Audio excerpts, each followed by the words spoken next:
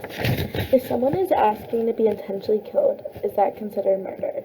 When someone is asking to be intentionally killed, they are referring to usually euthanasia or assisted suicide. Euthanasia can be further categorized into active and passive euthanasia. Active euthanasia is when a person is actively being killed, usually by a medical staff member, and this is when they're a common example of this would be a lethal dose or injection.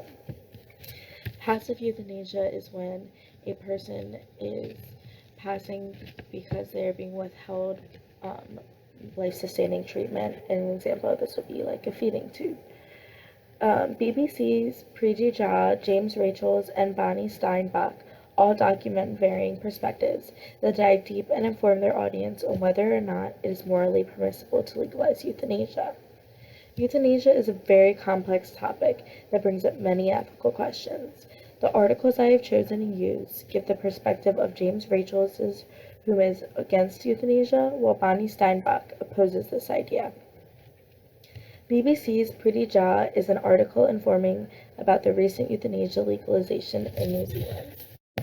New Zealand has voted to legalize euthanasia, but they are not the first country to do this. Other countries, including Belgium, Canada, Luxembourg, and the Netherlands, have all legalized euthanasia, and in Switzerland they even legalized assisted suicide. New Zealand passed the End of Life Choice Act in 2019 after Miss Seals, a lawyer, brought this legal challenge to court. When Miss Seals was diagnosed with an untreatable brain tumor, she wanted to have a choice on how her death occurred. If she was suffering and in pain, she wanted to have a say in that and be able to choose to end her life at that point if she felt it was necessary. This End-of-Life Choice Act that was passed allows a person that is terminally ill to be eligible for euthanasia if they are interested, but they must meet this specific set of criteria. The person must have less than 6 months to live as their condition has progressed that far. They must have a physical decline in their capabilities, and they can make an informed decision.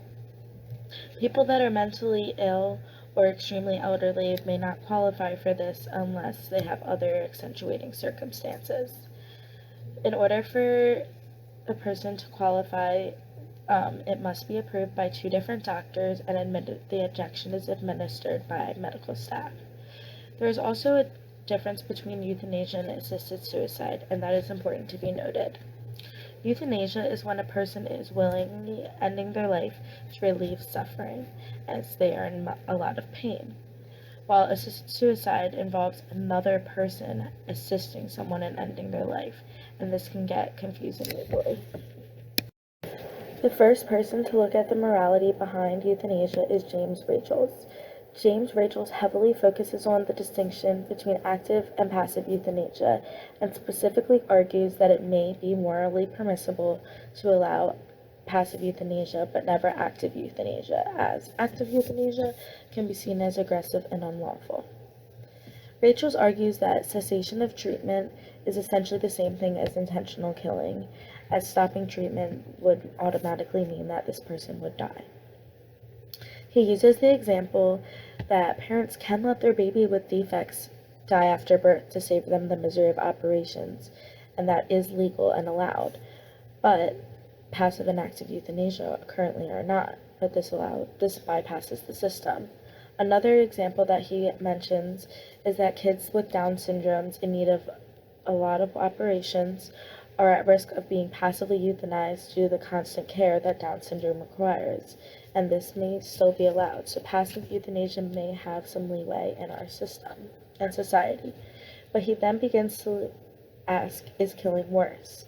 James uses an example of a man and his wish to end his child's cousin's life to gain insurance money. So think about this. If a man kills his child's cousin for insurance money, he has intentionally killed the child and is seen as wrong, as he has purposefully killed this person. But if a man watches his child's cousin die in front of him and refuses to help due to his personal gain, which would be insurance money, he is still wrong, but he never actively did anything. So this is how James Rachels discusses the differences between active and passive euthanasia.